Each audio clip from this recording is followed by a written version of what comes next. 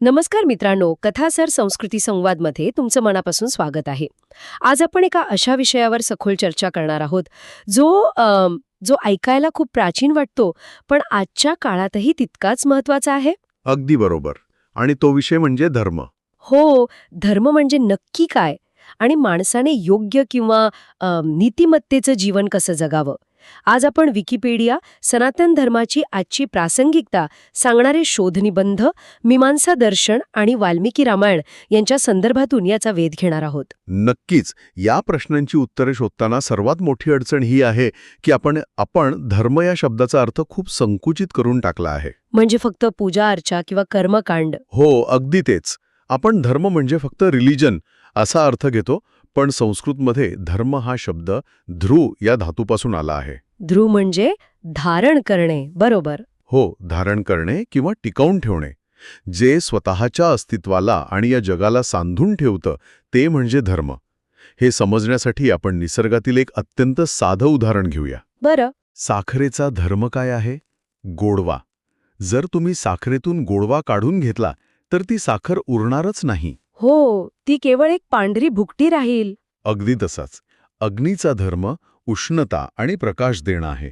म्हणजेच जी गोष्ट ज्याच्या मूळ स्वभावात आहे, जी त्याचं अस्तित्व सार्थ करते, तो त्याचा धर्म. अच्छा, म्हणजे धर्म ही बाहेरून लादलेली कोणतीही नियमावली नाहीये, ती आतून आलेली एक स्वाभाविक प्रवृत्ती आहे. खरंय. पण माणसाच्या बाबतीत ते कसं लागू होतं? कारण माणसाचा स्वभाव तो तर परिस्थितीनुसार बदलत असतो ना. साखरेसारखा तो एकाच साच्यात नसतो. हा खूप चांगला प्रश्न आहे. आणि म्हणूनच माणसाच्या संदर्भात धर्माचे दोन मुख्य प्रकारांत विश्लेषण केलं जातं. पहिला आहे सनातन धर्म आणि दुसरा आहे वर्णाश्रम धर्म. सनातन आणि वर्णाश्रम. हो, सनातन धर्म हा सर्वांसाठी समान, आध्यात्मिक आणि शाश्वत आहे. सत्य, दया, क्षमा हे गुण सनातन धर्मात येतात. ते काळाच्या किंवा परिस्थितीच्या मर्यादांमध्ये अडकत नाहीत. आणि वर्णाश्रम धर्म? याउलट वर्णाश्रम धर्म हा भौतिक आहे. तो परिस्थितीनुसार, वयानुसार, काळानुसार आणि व्यक्तीच्या समाजातील भूमिकेनुसार बदलणारा असतो. अच्छा. म्हणजे बघा, एकच व्यक्ती एकाच वेळी मुलगा, पिता, कर्मचारी आणि नागरिक असू शकते. आणि त्या प्रत्येक भूमिकेचं वेगळं कर्तव्य असतं. अरे वा. म्हणजे हे समजून घेण्यासाठी आपण रोजच्या जीवनातलं किंवा आधुनिक तंत्रज्ञानाचं सादृश्य वापरू शकतो का? म्हणजे कसं? म्हणजे बघा, सनातन धर्म हा एखाद्या स्मार्टफोनच्या मूळ ऑपरेटिंग सिस्टम सारखा आहे का, जी कधीच बदलत नाही? हो, अगदी अचूक. आणि वर्णाश्रम धर्म? तो वर्णाश्रम धर्म हा आपण गरजेनुसार वापरत असलेले ॲप्स सारखा असावा. म्हणजे मी ऑफिसमध्ये असताना प्रोफेशनल ॲप वापरते आणि घरी आले की माझं पेरेंटिंग ॲप सुरू होतं. क्या बात आहे, खूपच छान उदाहरण दिलं. हो ना. म्हणजे परिस्थितीनुसार भूमिका बदलते, पण आतला मूळ गाभा, ती ऑपरेटिंग सिस्टम जी फोनला धारण करून ठेवते, तीच राहते. हे अत्यंत चपखल सादृश्य आहे.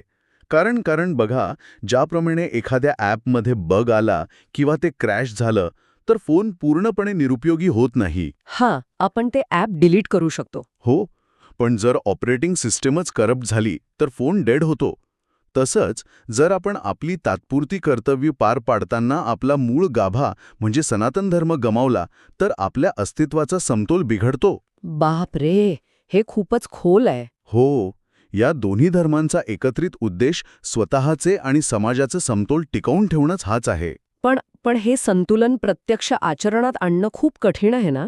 म्हणजे मनुस्मृतीमध्ये एक नियम आहे, सत्यम ब्रूयात प्रियम ब्रूयात न ब्रूयात सत्यम अप्रियम. म्हणजे सत्य बोला, पण ते प्रिय वाटेल असं बोला. अगदी तेच. स्वार्थासाठी सत्याचा हत्यार म्हणून वापर करू नका आणि केवळ कुणाला खुश करण्यासाठी खोटंही बोलू नका. पण आजच्या काळात हे खरंच शक्य आहे का? असं का वाटतंय तुम्हाला? कारण आपण तर माहितीच्या जंजाळात अडकलो आहोत. आपण अशा जगत राहतो जिथे सोशल मीडियावर कठोर सत्य किंवा निखालस खोटेपणा क्लिकबेट म्हणून वापरला जातो. अशा वेळी या आचारसंहितेचा खरंच काही उपयोग आहे का? तसं पाहायला गेलं तर आजच्या काळात याची सर्वाधिक गरज आहे. यावर सनातन धर्माची आजची प्रासंगिकता या डेव्हिड फ्रॉली यांच्या निबंधातील युक्तिवाद पाहणं रंजक ठरेल. त्यांनी काय म्हटलंय? धर्माचं आचरण हे केवळ बाह्य कृतीपुरतं मर्यादित नसतं. फ्रॉलीने योग आणि आयुर्वेदाचं जागतिकीकरण कसं झालं आहे याचं उत्तम उदाहरण दिलंय. आज जगभरात योग अत्यंत लोकप्रिय आहे. हो, पण ते एक इशारा देतात. जेव्हा आपण या अभ्यासांमधलं नीतिमत्ता आणि आत्मिक शिस्त वजा करतो, तेव्हा केवळ त्याचं कमोडिफिकेशन होतं. 1 मिनिट, कमोडिफिकेशन म्हणजे नेमकी कोणती प्रक्रिया घडते? हे कमोडिटी किंवा विक्रीची वस्तू कसं बनतं? जेव्हा तुम्ही योगामागचा धर्म म्हणजे त्याचा आध्यात्मिक हेतू काढून टाकता, तेव्हा तो केवळ एक व्यावसायिक शारीरिक व्यायाम बनून राहतो. अच्छा, म्हणजे त्याचा उद्देश स्वतःचा शोध घेणं हा राहत नाही. नक्कीच नाही. मग उद्देश फक्त बाहेरून चांगलं दिसणं किंवा इन्स्टाग्रामवर फ्लेक्सिबल दिसणं हा बनतो. जेव्हा एखादी गोष्ट फक्त बाह्य मान्यतेवर अवलंबून असते, तेव्हा तिला सहजपणे एका आकर्षक वेष्टनात बांधून बाजारात विकता येतं. ती एक प्रॉडक्ट बनते. हे तर खूपच भयानक आहे. सत्य. आणि प्रिय बोलण्याचा नियमही असाच आहे. जेव्हा तुम्ही कुणाच्या तोंडावर कठोर सत्य मारून त्याला दुखावता, तेव्हा तुम्ही फक्त तुमचा अहंकार सुखवत असता. हो, आपण स्वतःला स्ट्रेट फॉरवर्ड किंवा खरा माणूस म्हणून प्रमोट करत असतो. अगदी बरोबर. आणि हे आत्मिक आणि पर्यावरणीय संतुलनाच्या म्हणजे कॉस्मिक हार्मनीच्या पूर्णपणे विरुद्ध आहे. म्हणजे खरी अडचण आपल्या कृतीत नाहीये, तर त्या कृतीमागच्या उद्देशात आहे. वेद आणि पुराणांमध्ये वसुधैव कुटुंबकम ही संकल्पना येते. संपूर्ण जग हे एक कुटुंब आहे. हो, आणि हा विचार केवळ एक गोड सुविचार नाही, तर तो आपल्या ऑपरेटिंग सिस्टीमचा भाग आहे असं मला वाटतं. आजच्या या संघर्षमय जगात याची किती नितांत गरज आहे. पण जेव्हा हे सर्व प्रत्यक्ष जगण्याची वेळ येते, तेव्हा खरी अडचण सुरू होते. हो, कर्तव्यांचा संघर्ष. अगदी. आता खरा रंजक भाग सुरू होतो. रामायणातील उदाहरणे बघा, जिथे धर्माचे पालन करताना मोठी धर्मसंकटे उभी राहिली. आपण कुंभकर्णाचा विचार करूया. हो, कुंभकर्ण वाल्मिकी रामायण आणि थाई राम की येन दोन्हीकडे हा प्रसंग अत्यंत नाट्यमय आहे. हो ना, कुंभकर्णाला पक्क माहीत होतं की रावणाने सीतेचं अपहरण करून घोर पाप केलं आहे. हो, त्याने रावणाला ते स्पष्ट शब्दांत सांगितलंही होतं. इथे तो सनातन धर्माशी प्रामाणिक होता. सत्य आणि नैतिकतेचा धर्म. पण जेव्हा युद्धाची वेळ आली, तेव्हा त्याने काय केलं? त्याने रामाची साथ न देता आपल्या भावाची आणि राजाची साथ दिली. आणि इथेच त्याच्यासमोर 2 कर्तव्यांचा मोठा संघर्ष उभा राहिला. एकीकडे वैश्विक नीतिमत्ता होती आणि दुसरीकडे त्याच्या भावाप्रती आणि राजाप्रती असलेली निष्ठा, म्हणजे त्याचा राजधर्म. आणि त्याने राजनिष्ठेची निवड केली आणि तो युद्धभूमीवर मारला गेला. हो. पण मला इथे थोडं थांबावंसं वाटतं. आपण याला फक्त एक शोकांतिका म्हणून कसं सोडून देऊ शकतो? हे तर सोयीचं झालं ना.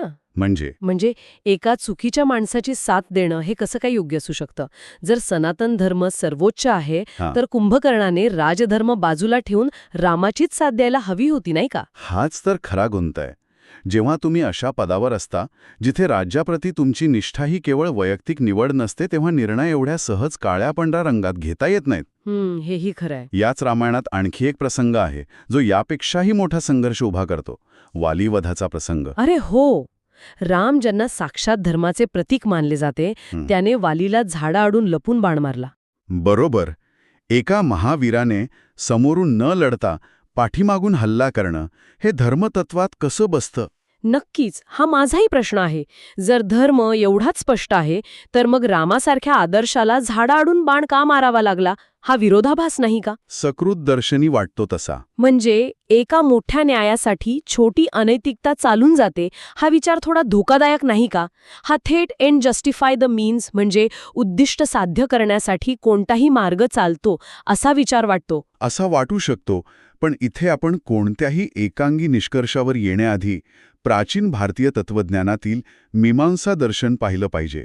मीमांसा दर्शन? हो, मीमांसा दर्शन हे कोणत्याही प्रकारे एंड जस्टिफाय द मीन्स सांगत नाही. ते कृती आणि कर्तव्य यावर अत्यंत सखोल भाष्य करतं. त्यांच्या मते वेद हे अंतिम सत्याचे किंवा जगाचे केवळ अमूर्त वर्णन करत नाहीत. मग ते काय करतात? ते आपल्याला कृती करायला सांगतात.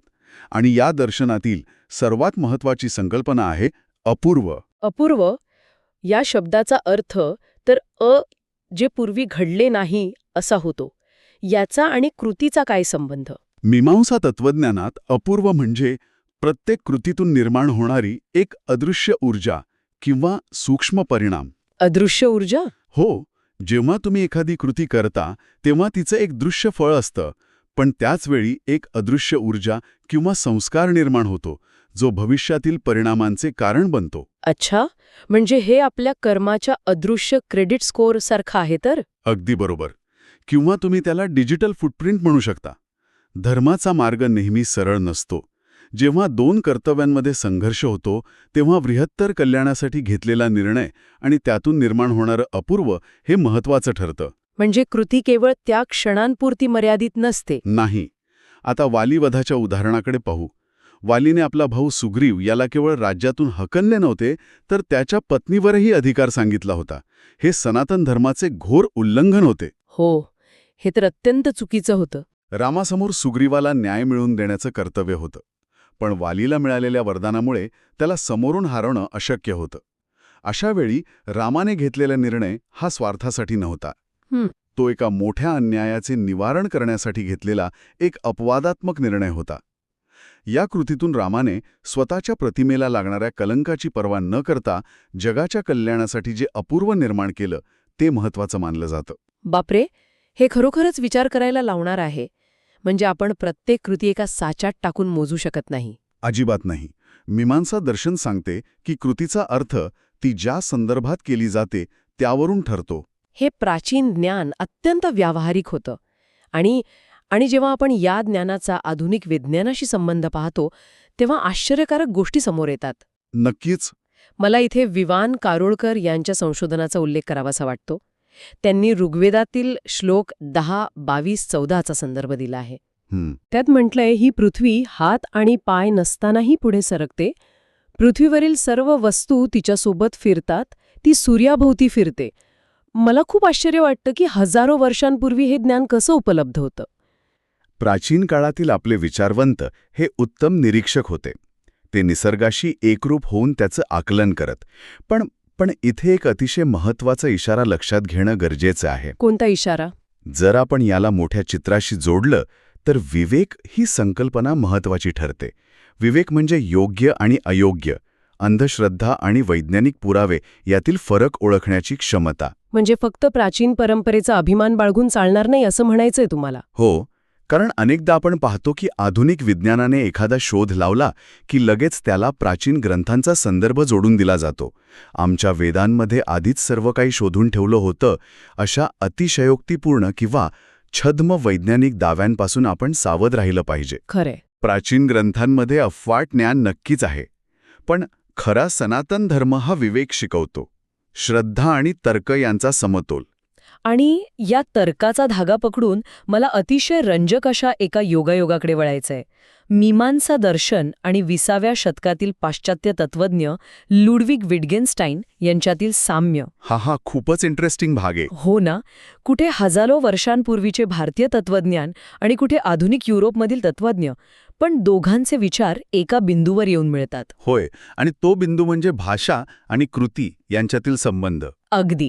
विटगेन्स्टाईनने लँग्वेज गेम्स ही संकल्पना मांडली होती. त्याचं म्हणणं होतं की शब्दांचा अर्थ हा केवळ संवादापुरता मर्यादित नसतो. शब्द हे कृती घडवून आणणारे असतात. बरोबर. आणि मीमांसा सुद्धा हेच सांगते. वेदांमधील शब्दही केवळ वर्णन करत नाहीत, तर ते माणसाला नियम पाळण्यासाठी कृती करायला लावतात.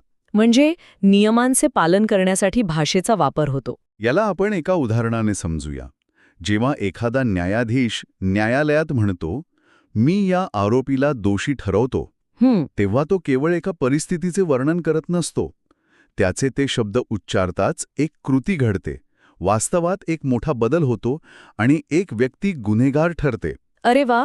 म्हणजे विटगेन्स्टाईनच्या भाषेत हा एक लँग्वेज गेम आहे. हो, आणि मीमांसाच्या भाषेत या शब्दांतून एका नवीन वास्तवाची, एका नवीन अपूर्वाची निर्मिती होते. आपण कोणते शब्द वापरतो यातूनच आपलं भविष्य आकार घेत असतं. तर आता आपण एका अशा टप्प्यावर आलो आहोत जिथे हे सर्व विचार एकत्रित होतात. आपण धर्माची व्याख्या पाहिली, नीतिमत्ता पाहिली, मीमांसा पाहिलं. हो. पण भगवद्गीता, जी खऱ्या अर्थाने या सर्वांचा मुकुटमही मानली जाते, ती अंतिम सत्याबद्दल काय सांगते? भगवद्गीतेमध्ये श्रद्धा, ज्ञान आणि कर्म यांचा सुरेख मेळ आहे. पण सहसा एक मोठा गैरसमज पाहायला मिळतो. कोणता गैरसमज? सांगते की खरा धर्म हा संन्यास नसून कर्मयोग आहे. कर्मयोग? हो. गीतेमध्ये क्षेत्र आणि क्षेत्रज्ञ या दोन अत्यंत महत्त्वाच्या संकल्पना येतात. क्षेत्र म्हणजे हे भौतिक जग, आपलं हे शरीर, आणि क्षेत्रज्ञ म्हणजे हे जाणणारा, या सर्व गोष्टींचा साक्षीदार असलेला आपला आत्मा. म्हणजे हे एखाद्या व्हर्च्युअल रियालिटी गेमसारखं आहे का? कसं काय? म्हणजे बघा, क्षेत्र म्हणजे तो पूर्ण VR गेम, त्याचे ग्राफिक्स, त्याचे नियम, आणि क्षेत्रज्ञ म्हणजे तो गेम खेळणारा प्लेयर ज्याने डोळ्यांवर तो VR हेडसेट लावला आहे. अतिशय उत्तम उदाहरण. जेव्हा तो प्लेयर गेममधल्या पात्राला स्वतः समजतो तेव्हा तो त्यातील मोहात अडकतो. हो, तो घाबरतो, रडतो. पण जेव्हा त्याला आठवतं की तो फक्त एक साक्षीदार आहे तेव्हा तो पूर्ण ताकदीने खेळतो पण विचलित होत नाही. क्षेत्र आणि क्षेत्रज्ञ यांच्यातील हा फरक ओळखणे हेच अंतिम ज्ञान आहे. तर मग या सगळ्याचा आपल्यासाठी काय अर्थ आहे? सामान्य माणसाने आपल्या आयुष्यात याचा वापर कसा करायचा? या सर्व ग्रंथांची आणि सनातन धर्माची सर्वोच्च शिकवण एकाच कृतीत सामावलेली आहे, आणि ती म्हणजे सेवा. निस्वार्थ सेवा. अगदी.